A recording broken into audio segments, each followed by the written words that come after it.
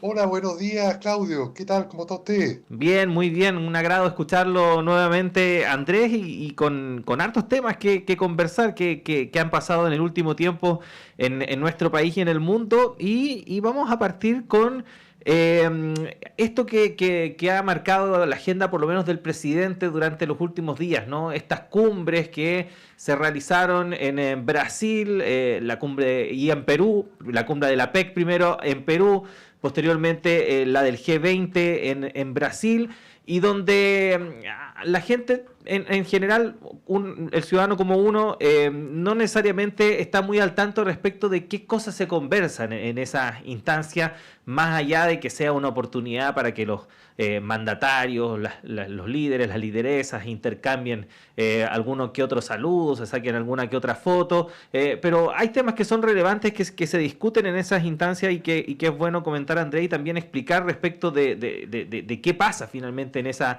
esa cita. Así que podríamos partir por ahí, ¿no? Respecto de la importancia de estas cumbres y qué finalmente se habla en ellas. Bueno, a ver, yo creo que estas cumbres son importantes porque mantienen un diálogo entre jefes de Estado y de gobierno, presidentes de grupos de países que son muy relevantes en el mundo. Eh, entonces, ya una instancia de diálogo es favorable partiendo de lo básico básico versus que los países estén en conflicto y que eh, se ponga en peligro la preservación de la paz, Ujú. y que no es un escenario tan alejado, porque estamos viendo que en el mundo hay conflictos, no sé, está lo de Ucrania, Gaza y otros conflictos. Entonces, el hecho, también estamos sentados sobre un arsenal atómico de bombas nucleares, digamos, que podrían hacer terminar el planeta. Entonces, bueno, que los países se reúnan a conversar y a discutir temas de una cierta agenda relevante, yo creo muy importante. La PEC, ¿no es cierto?, se reunió el 15 y 16 de noviembre en viernes y sábado en Lima, ¿no es cierto?, y tuvo la presencia este es el Foro de Cooperación Económica de la Asia-Pacífico. Ujú. Entonces, los países que tienen costa al Pacífico, casi todos están en este grupo, no todos, pero están. Entonces, bueno, fue desde el presidente Biden, Xi Jinping, el líder chino, Modi de la India, de Canadá, el presidente Boric y otros países, Perú, anfitrión, México, etcétera. Entonces, fue una instancia es básicamente un foro de cooperación económica, ¿no es cierto? Se hicieron varios acuerdos, el acuerdo de Machu Picchu, Declaración de Lima, etcétera, sobre reducción de la informalidad en América Latina, el tema de la digitalización, reducción de la pobreza, etcétera. Después estuvo el otro foro, que es el G20, que Chile no es miembro, pero el presidente Boric fue invitado por el presidente Lula, que es un signo bastante interesante, ¿no es cierto?, de una afinidad entre los dos países, o al menos entre los dos mandatarios, ¿no es cierto? Eh, el G20 es un grupo de 20 países de las economías más desarrolladas, pero no solo el G7, que son los países de los capitalistas desarrollados occidentales, más Japón y Australia, sino que esto agrega países como Argentina, como México y una serie de otros países. Ahí fue importante la agenda, y yo creo que fue una especie de triunfo importante para Lula, Ujú. el presidente Lula, porque hubo una declaración conjunta con una agenda que ha venido impulsando este presidente Lula, por ejemplo, reforma de instituciones internacionales.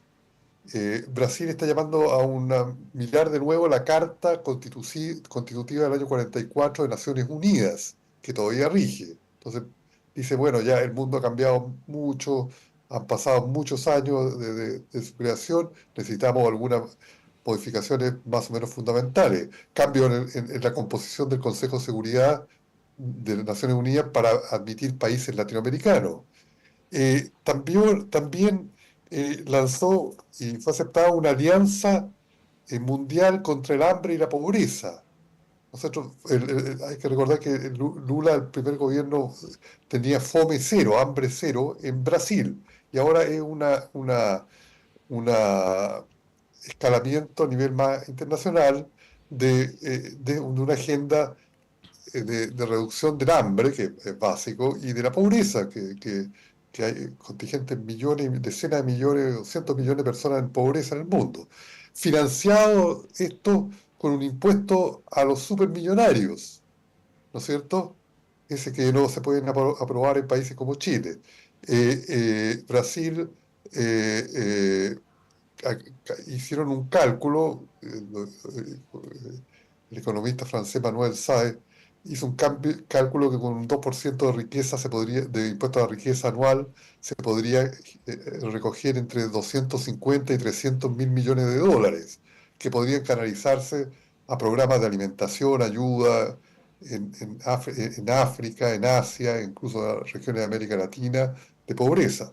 Eh, bueno, el tema de la reducción de la desigualdad, cambio climático, transición energética, algunos de los temas se sobrelaparon con el otro meeting de la PEC.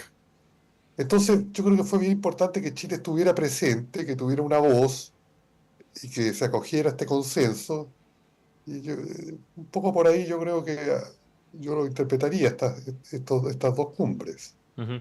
Ahora, en particular respecto de lo que mencionaba usted, Andrés, acerca de esta cumbre del G20 y este compromiso que logró Lula que se firmara por parte de todos los países que participaron de esta cita, incluso Argentina, aunque Argentina ahí puso sus reparos.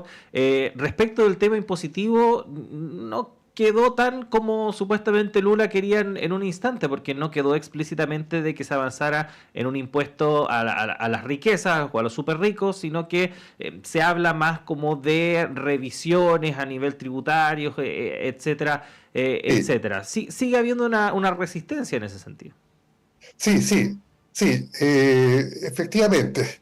Estaba en la agenda, digamos, y en la declaración final un poco fue como mediatizada, wow, un poco el lenguaje de la declaración última, pero Brasil ha sido muy explícito en solicitar esto, digamos, Ujú, proponer esto. Claro, eh, porque muchos gobiernos, porque hay que recordar que también los G20, bueno, son gobiernos de países desarrollados, países en desarrollo, y las élites económicas y los supermillonarios cuentan mucho para el apoyo o no apoyo de los gobiernos, ¿no es cierto?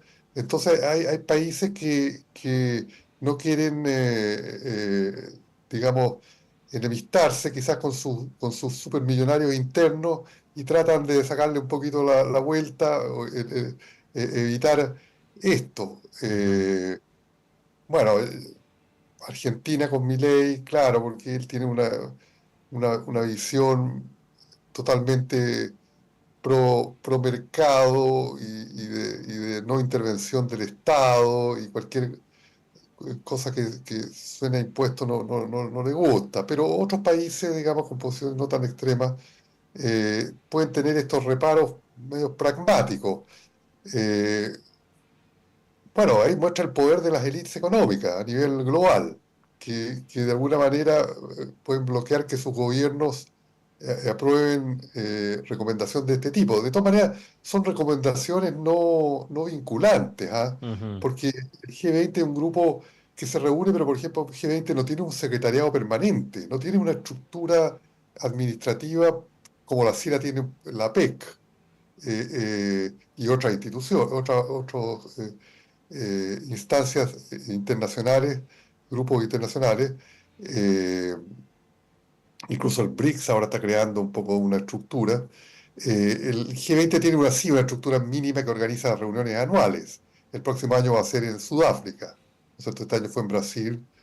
Y- pero entonces son recomendaciones no vinculantes.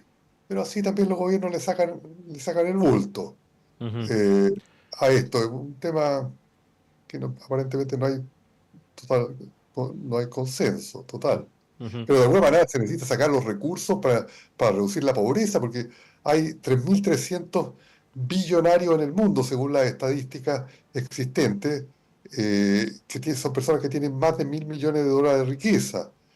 Y hay más de 2.500 millones de personas en situación de pobreza. Entonces, ¿cómo no se puede redistribuir de 3.000 personas a 2.000 y tantos millones de habitantes para que tengan agua potable, para que tengan vivienda básica, para que se les asegure la alimentación? Yo creo que es de toda justicia. ujú. Pero muestra la desigualdad del sistema internacional y, y la falta de generosidad, pero incluso de las mismas élites hay gente que está dispuesta a pagar, Warren Buffett y otros.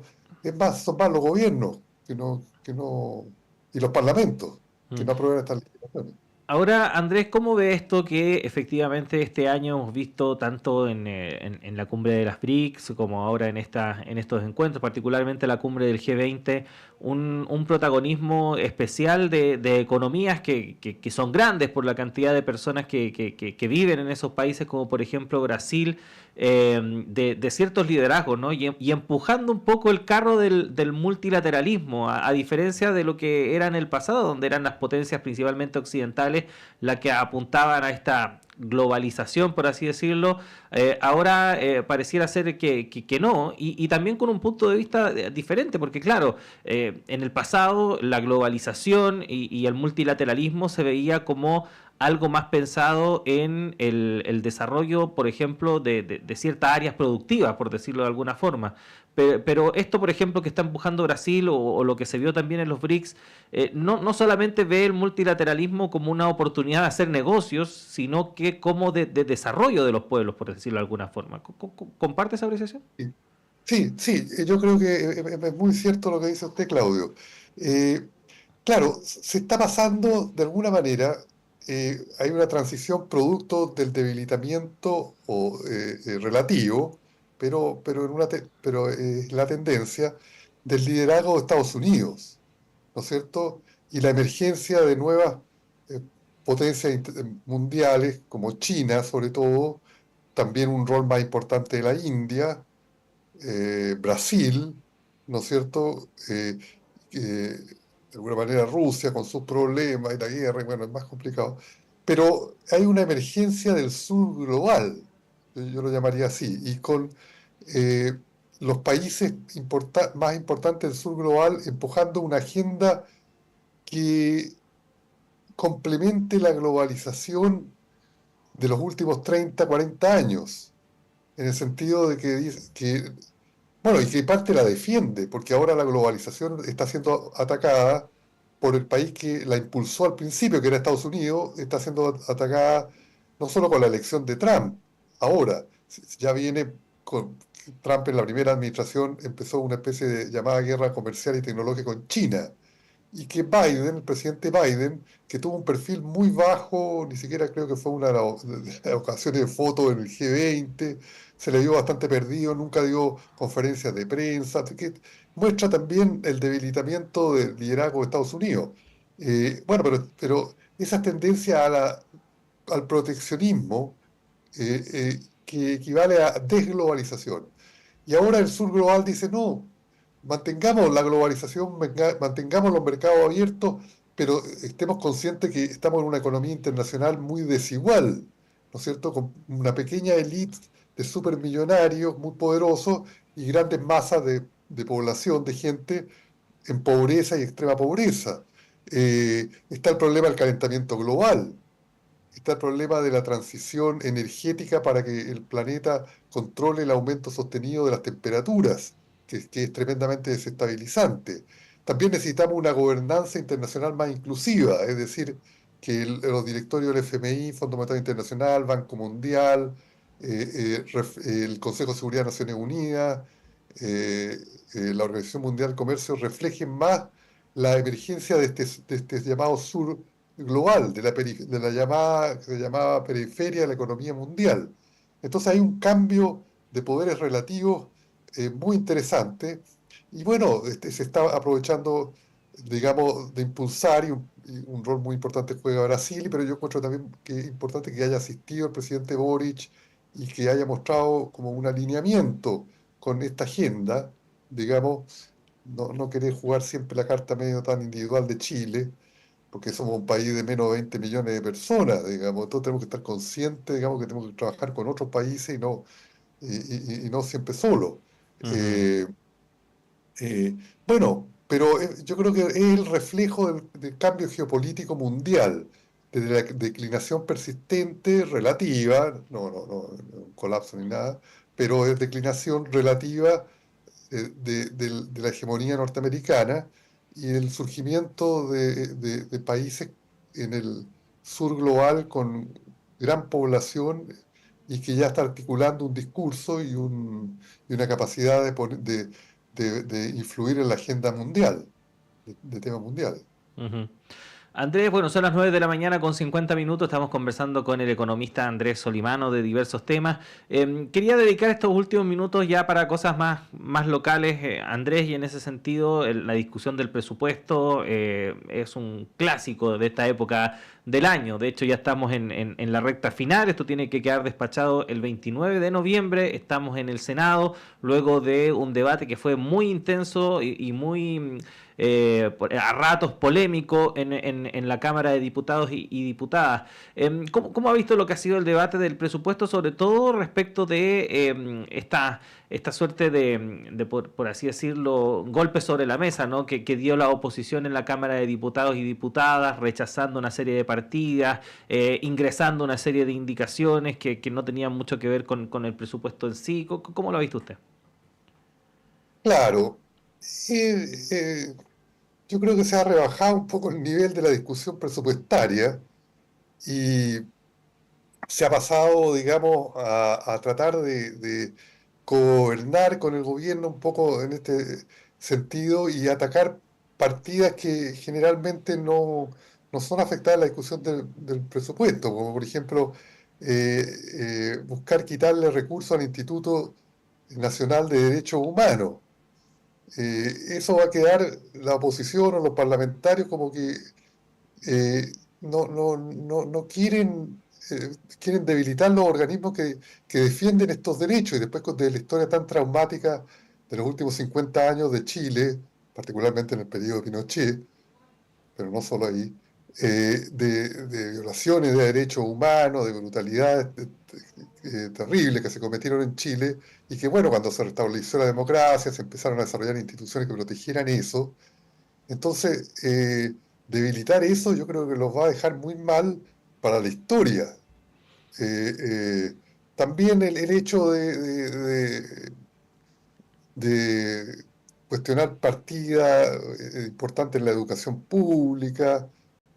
Bueno, puede haber discusión en eso, pero también y después de estos test que tiene que hacerse el presidente de la República, los ministros, o sea, yo creo que hay que mantener el nivel que se ha rebajado por una pelea política de corto plazo, quizás influyen ahora que hay elecciones de segunda vuelta a los gobernadores, después vienen elecciones el próximo año, pero igual los legisladores tienen que legislar, para eso fueron elegidos y para eso se les remunera muy generosamente, con los altos intereses de la nación, en mira, no con, no con, no con tratar de tener ventajas de corto plazo.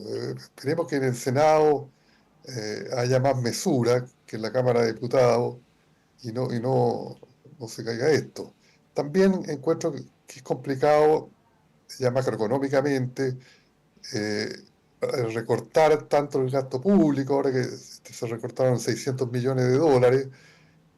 Vamos a ver el impulso fiscal para el próximo año, una economía que está un poco anémica en el crecimiento económico, hacerle un ajuste fiscal en un momento de anemia, económica, relativa anemia tampoco, pero, grande, pero se está operando un poco con una lógica muy contable, solo mirando el déficit fiscal, el déficit estructural, está bien, pero el sombrero del Ministerio de Hacienda no es solamente la contabilidad de las cuentas de la hacienda pública, que claro, es su misión, pero también son los jefes de facto de la política económica, y la política económica trae crecimiento como objetivo, trae creación de empleo, salarios reales, el tema de la desigualdad, el tema de la inflación. Entonces hay que mirar el conjunto cuando se presentan leyes de presupuesto fiscal, no solamente la cuadratura gasto-ingreso, el déficit estructural, etcétera. Es una consideración, yo no estoy diciendo que no haya que tomarla en cuenta, pero también hay que tomar en cuenta qué costos ocasiona apegarse a un indicador versus, por ejemplo, menor crecimiento económico el próximo año, menor empleo, más debilidad para las remuneraciones reales, también en un año eleccionario, porque hay que ver también las consecuencias políticas de la economía, de las decisiones económicas.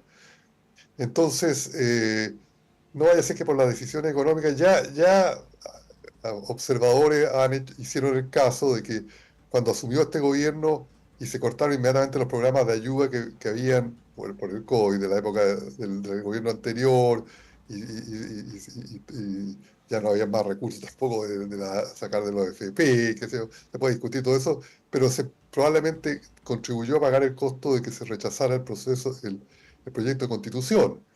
Quizá ahora puede pasar algo similar en la elección a fines del próximo año, que por una economía que está relativamente no muy vigorosa, eh, eh, se pague otro costo eleccionario. Ya pasó, saltando de país, aprovechando los minutos que nos quedan en Estados Unidos, que los Ujú. analistas tienen consenso que fue la economía la que le costó la continuidad del gobierno al Partido Demócrata, pero porque la economía no había que mirar solo que había bajado la inflación y que el crecimiento era un poco más alto, sino que, por ejemplo, el acceso de la gente a buenos empleos, cuánto cuesta la salud, ¿no es cierto? Si una persona no tiene seguro de salud y no puede hacerse y tiene una enfermedad catastrófica, puede terminar arruinada económicamente. Eso en Ujú. Estados Unidos y también en Chile. Sí. El tema del costo de la educación, etcétera. Entonces hay que ver todo eso, no solo los indicadores macroeconómicos. Ya le Ujú. pasó en Estados Unidos al gobierno de Biden, mirando que solamente publicitó los indicadores macroeconómicos, pero la situación social del norteamericano era distinta. Sí. También puede pasar en Chile, que la situación social de los chilenos es distinta de los índices macroeconómicos. Ujú. Entonces, bueno, todo eso tiene que contabilizarlo una administración, además de la cuadratura contable de las partidas fiscales. Sí. Pero también es muy lamentable el aprovechamiento político ya rebajando el nivel que se ha hecho en el Parlamento. Sí. Eso también creo yo, deplorable, pero ojalá que haya más sentido común y mesura en el Senado de la República. Sí. Vamos a ver qué va a pasar en el Senado, Andrés. Lamentablemente se nos acabó el tiempo. Nos acaba el Agradecerle tiempo. que haya estado con nosotros y lo esperamos pronto. Un abrazo. Ya, un abrazo, muchas gracias. Adiós. Adiós. Y rápidamente antes de irnos, los dejamos invitados a que visite el sitio web de la Facultad de Comunicación e Imagen de la Universidad de Chile, fcei.uchile.cl.